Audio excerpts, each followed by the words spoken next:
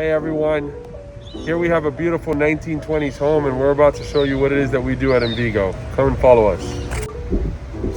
So Florida has these homes everywhere. They're beautiful 1920s homes on the water with very thick concrete walls. And today we want to get Wi-Fi to each and every room because of COVID and other things, we're working from home.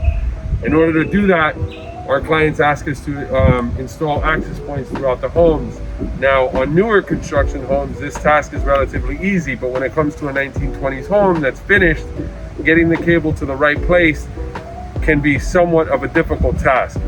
So today we're going to take you on a tour and show you what's involved if you're thinking about wiring your home, and that way you can give us a call for a free estimate, or you can learn something. Follow us. All right, so this is typically how it's done in these old homes, is how we're getting our services today. Is usually the cables wrapped around on the outside. Now this can work well, not to say that it'll hinder performance, but sometimes you won't get the cable to where you need it and you have an ugly cable hanging from the ceiling or coming out from under the floorboards. So over here we're showing you a typical demarc point, and this is where the internet comes off the street. This is AT&T right here, here in South Florida. And then over here we have Atlantic Broadband in Miami Beach. So as you can see, all the cables are kind of wrapped from these points around the home.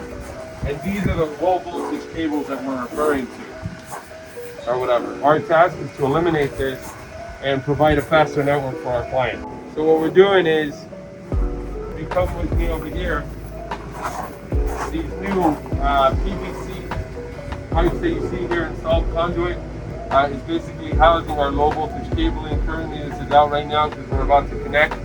But we have one pipe feeding all that cable. It comes here, side of the hole. One pipe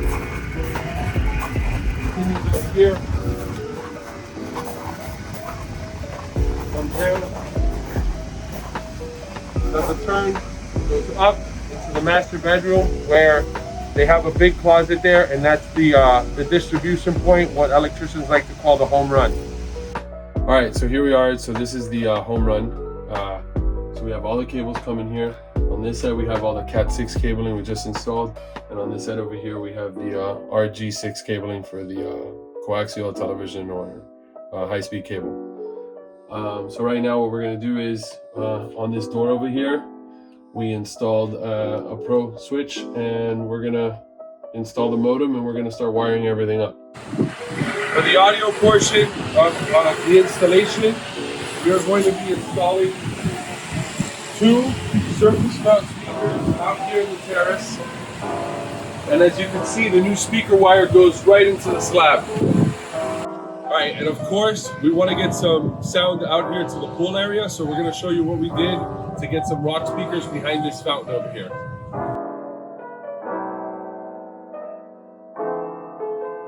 So right here we have a conduit that comes out from the living room down into the sod, and then here under this driveway lifted up these pavers and ran all the way here, where we're going to basically come out and install some rock speakers inside this hedge so that this area stays clean.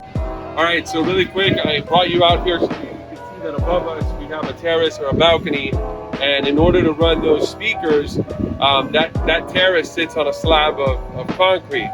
So between the ceiling and that slab of concrete, there's only about 1 inch. So the way we had to do that was,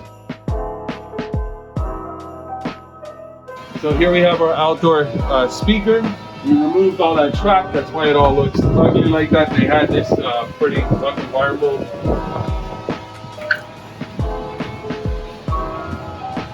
So this was our pull point from the outside here.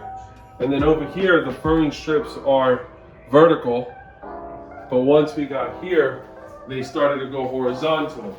So as you can see, that's a nightmare nobody wants to run into, but it just means we got to cut more squares every so often.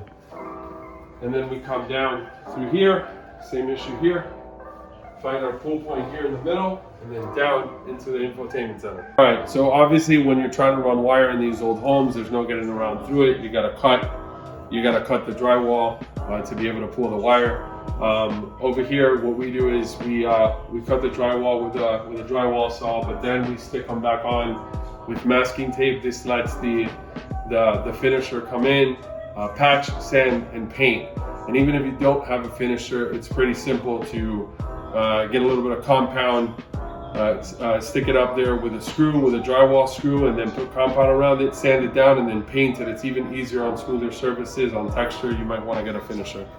There's not that much to it. While we work with vacuums all the time, and we cover all this area, so none of your stuff gets damaged. As you can see, this is full of ornaments and fixtures.